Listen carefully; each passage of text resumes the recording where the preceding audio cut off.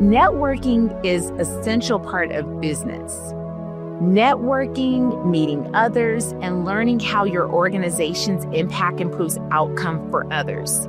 Once you identify that, how your success serves others can help you more easily identify those potential partners. How does a business or foundation define how success benefits others?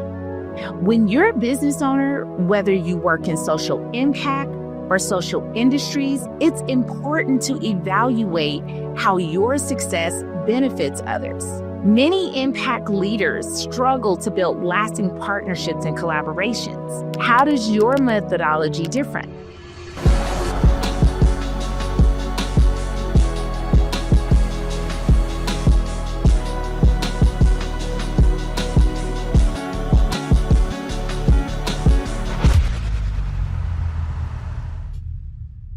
As a tech executive for over 20 years, there are a few fundamentals that you have to know. Are there shared wins that could be had? Or is this a long-term partnership? And are both parties invested in a long-term relationship? And then are both of you clear on the role you play and are supposed to play in that partnership? For example, if I throw a lot of events and I bring a distributor to the table that has a product, they're bringing the product for the marketing purposes for that to be seen. I'm bringing the people who will see that product. We're both clear on the role that each of us play. Both of us have a desired outcome, successful event, more people seeing the product, and we walk away both with the win. Trillionaires Foundation has been blessed with many collaborations, but one particularly stands out with Hydrate IV Bar, Amy Dickerson and Katie Gilbert. I'm a social person. My personality and confidence come from my family and the feeling of being known and contributing to something bigger than myself. Partnerships and collaboration is critical for success. If you consider Hydrate IV, they became widely successful because of partnership. Joining us today are the founders of Hydrate IV Bar, Amy Dickerson and Katie Gilbert, and they'll be sharing their insights on how collective giving and generosity paved the way for community advancement and sustainable future for impact organizations. Amy and Katie, hi, welcome. Hi, thank you so much for having us. You're welcome. Thank you guys so much for taking the time to join us. Thank you just for being a huge supporter of Trillionaires Foundation. It's a no-brainer, man. We love it. We appreciate it. We've had some fun events and some fun collaborations. Thank you so much for having us. It's an honor to be here with my business partner, Amy. It's been a wild ride and so fun, so exciting. But in 2016, I founded the first location and really was praying that one would work. Came at this business as a passion project.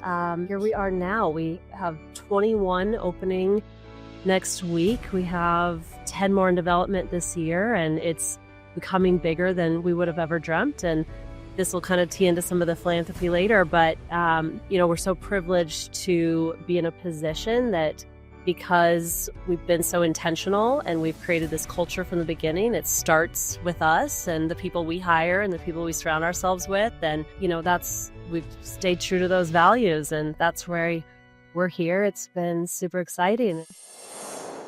I evaluate partnerships based on intention, audience, and shared wins. Trillionaires Foundation is known to be effective, educational, and fun. It's always been important to me that others feel good while engaging with me and the foundation. And so when you meet others who share your intention to create this lasting impact, value the individuals you serve, and most importantly, you can have fun sharing wins with. It creates this harmony. It's like on a whole nother level. Culture is by design. It is every single day. It is not by default. Yeah. I think that We practice it every day. every single day. We are the keepers of the culture, but we train our directors, managers, leaders to be keepers of the culture. So incredibly important to just, lead. It's all top down. But, I think it's not only how you give the money, but it's how you make the money. as well, enables you to attract the right people and the right teams. And then you're able to, be more abundant and give more. But it takes a team. It takes a team. Yeah. I think from the beginning, I wanted a place that felt good. I wanted to do something that was rewarding and helping others. The fact that we're in the wellness health space and that we, our teammates are nurses, they're very nurturing, they're kind, they're empathetic. So we're fortunate that, by design, we wanted to create an environment that we enjoyed being a part of, that felt good. We knew from the beginning we're going into, our day-to-day is here to help people. And at first, it was just, we're going to help people because we're providing a service that's going to boost their immunity or energy. It's become so much bigger than that. We're a place where, it's very personal. These are personal services. We're building like, know, and trust. We're very vulnerable. IVs are one piece of the puzzle, but we're talking to people about just their mental health and stress load and how they're sleeping. And that's really important to all of us. Our values, wellness, service, kindness, community, teamwork, and fun. And that has been from the beginning. If you're not having fun, life is too short. Yes, this is work, but we want it to be enjoyable. And I think also as business owners, because I had one in mind. And so it was just, these are our values. This is who we are. I'm hiring people that believe in this. You want to talk about the Katie cocktail? Yeah, absolutely. It started when we opened our business. I would think at the beginning, it's usually other small businesses that are asking for maybe a donation for a charity event. And those were no-brainers. It's great marketing for us. We can donate services. So that's kind of how some of the collaboration started in the beginning. We would have clients of ours or members who either was on a board or was hosting an event, and they just, they were asking for donations for gift certificates. Then you have the local schools. And so then the schools for their fundraisers and charities. And so I think just early on, I'm grateful that people asked, and I'm grateful that I was in a position to give. But I didn't realize, again, maybe the impact that we could have just from, starting with that. So started as gift certificates or, something for an event. Then we started getting requests to have our nurses or our team participate in giving days. And that's when it started getting really localized in the community. So we would donate our time to help clean the neighborhoods. It was just a little bit more localized. Fast forward, when we were in a position where really we thought, we're fortunate, we have the income to do it, we have the profit, we can really make a bigger impact by monetarily giving. We decided so we have a menu item called the Katie cocktail. It's the best IV. Yes. Founder's favorite. It's named after. It's the kitchen sink. It's the most expensive service and the most popular. Yeah. When our clients came in, it was a win-win. We knew that this was the most popular item and it had the highest profit margin. So we decided to just commit to every single time that service is ordered, we're going to donate some of the proceeds to a charity of our choice. And again, it started as something like, okay, this will be fun and now it's this past year, 2024. So we don't mandate it, although we could, but this just goes to show how awesome our franchisees are. They're all really amazing, giving, kind people as well. And so we make it an option, but we say, this is something that's really important to this brand. And early on, we talked to all the owners. Philanthropy is very important to us, serving the communities, this is the program that we would appreciate if you would incorporate as well. Every single franchisee does. Last year in 2024, we donated over $70,000 system-wide. So to start with, maybe it was $1,000 here and there that we were able to do. Now it's huge. And so now we really are trying to figure out the best way to make, how can we continue to make this so impactful and do it with people that we really believe in and support and enjoy as well, which is why we're talking to you. So it's really exciting. We're proud to have donated that much, but we really feel like we're just scratching the surface still. The impact becomes natural. It's integral to business. And that's literally like what I consider corporate social investment, which is what we want to do a call to action to for corporations to? Well, and even to speak on that, I mean, in the beginning, it's not why we did it. However, because we have this formal program, it's a recruiting tool. I mean, we have employees that want to work for us because of this arm. We have franchise candidates that, you know, they're attracted to maybe our brand over another one because of that arm. And so I would really encourage, you know, corporations and business professionals that are making these decisions on the top. And it's a tool that on the back end helps fuel the business as well. So it's really a win-win. Yeah. And I didn't even know, like, I don't see that you guys are like promoting it everywhere. Just felt like you just, if you know, you know. And It's kind of like your vibe attracts your tribe. exactly. Michelle. Okay. Like Tell me about it. Say it again. Vibe attraction. I love it. I love it. It's just so wonderful. It attracts people to you, but the people that you actually care to be around. We've met the most incredible people through our partnerships. I love it. Yes, I could vouch. What are 3 green flags and red flags that determine where you invest or collaborate with other businesses or organizations? And so the green is go, the red is eh. So it's like, what does readiness look like? What is that? You know, how do you even identify what that would be a fit for you all? Yeah, I think a lot of it has to do with just remaining in our core values. And do they match? You know, at the end of the day, the service we're giving stands in wellness, our time, our money, whatever it is we have to contribute. We want to see some alignment in exceptional outcomes, doing great things for the community. Are they, you know, the green flags are just, are they aligned with what we're doing, how we're doing it, and they're doing similar things? And then red flags, I think, are just more of transparency with different charities and foundations, and some of them unfortunately can take a bad turn and not be doing it. You know, where is the money? We want to see also, I think people, when they're giving something, would like to see the impact that it made, and if it did make one, or if it didn't, or how it helped, because that's the purpose of it, right? You want to make sure that what you're doing is your energy and your finances are, you know, making an impact. Correct. Yeah, that follow through. The transparency and communication is huge. The Trail Collective is an example of what a partnership, collaboration, and community was always meant to look like. However, it will be unique in its focus on celebrating high capacity executives and successful women, enabling them to expand their legacy in ways they previously may not have had access to. The Trailionaires and the Trailionaires Foundation have been so fortunate to have incredible partners who have supported and contributed to our success and softened some of our losses.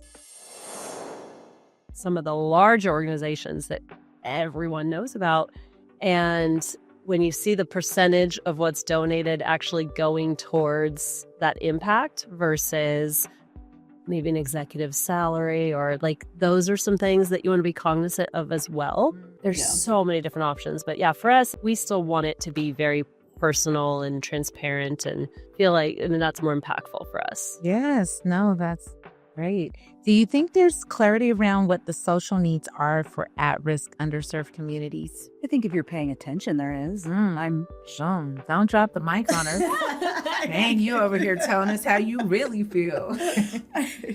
I also think there are a certain population of our humans that could be living under a rock, or not paying attention, or whatever the case may be.